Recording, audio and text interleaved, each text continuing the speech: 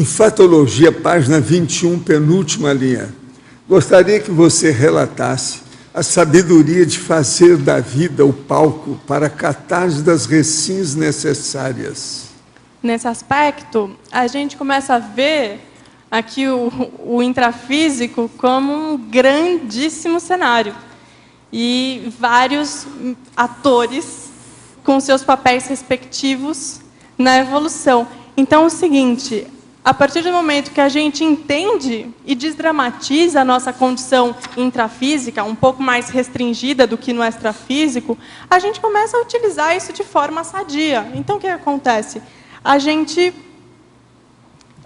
aproveita uma mini circunstância que a gente poderia jogar fora, utilizar, ver como inútil, e começa a ver as sincronicidades que acontecem, as sincronicidades sutis, o porquê que eu fiz isso, o porquê que eu estou aqui nesse momento agora, o porquê que eu estou falando essas coisas. Então, eu utilizo tudo de maneira sem desperdiçar, aproveitando o melhor que eu posso a partir das coisas que me são dadas nesse palco existencial evolutivo. É basicamente isso. E, consequentemente, a partir desse autoenfrentamento que eu vou dando, e que nós vamos dando, a gente vai reciclando. Gi, aqui atrás, Noah. Oi, Elisa.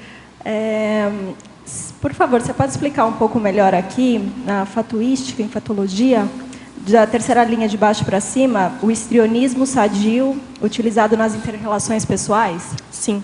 O histrionismo sadio, ele tem até o verbete da Adriana, aqui que está do meu lado, que está bem específico, né?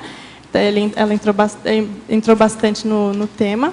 E o que acontece? Você, na inter-relação, na assistência que você pode dar, você pode, eu acho que até deve utilizar desse histrionismo, se necessário, e sadio. Por quê? Porque isso vai ampliar, vai ajudar o rapport que você vai fazer com aquela pessoa. A pessoa vai se sentir mais livre, mais sem defesa, menos rígida, menos trancada. Então, o que acontece? Você utilizar de certos artifícios histriônicos para você ter uma relação melhor com a pessoa, poder efetivar assistência e criar um clima melhor entre essas pessoas, é completamente útil.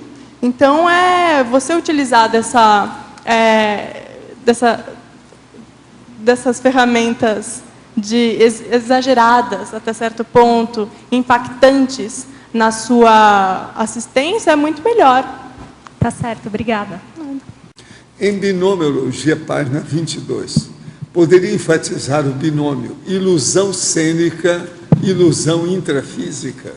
A ilusão cênica, ela acaba sendo a ilusão da ilusão, né? E se não for a ilusão da ilusão da ilusão. Porque o intrafísico já é uma ilusão. A nossa procedência é extrafísica. Aqui é a caricatura do extrafísico, né? A vida é um teatro. A vida é um teatro. E às vezes é um drama, e às vezes pode ser uma tragicomédia. Então, o que acontece? A gente, representando cenicamente, a gente está fazendo a ilusão da ilusão. Eu até menciono aqui no Citaciologia, uma citação do Shakespeare, que ele coloca o seguinte: o teatro é um espelho onde se reflete a natureza. Então, o que acontece? Vão espectadores, ou seja, vão pessoas assistir outras pessoas, os atores, interpretarem outras pessoas. Então, é a ilusão da ilusão da ilusão. É uma grande mentirinha que todo mundo acredita. Então, foi mais ou menos nesse aspecto que eu quis dizer.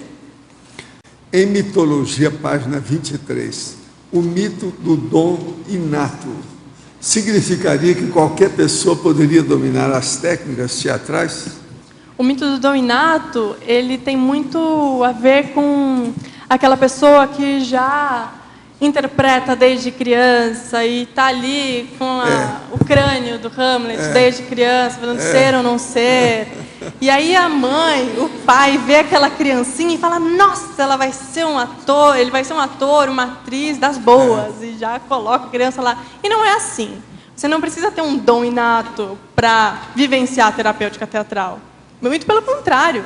Eu acho que a terapêutica teatral ela é muito voltada aos tímidos, àqueles que não apareceram com crânio quando era criancinha, com aquele que às vezes nem conseguia falar direito, que tem dificuldade para se mostrar, para se expor, para falar. Então, eu acho que é até mais voltada para esses do que para os que têm o pseudo-dom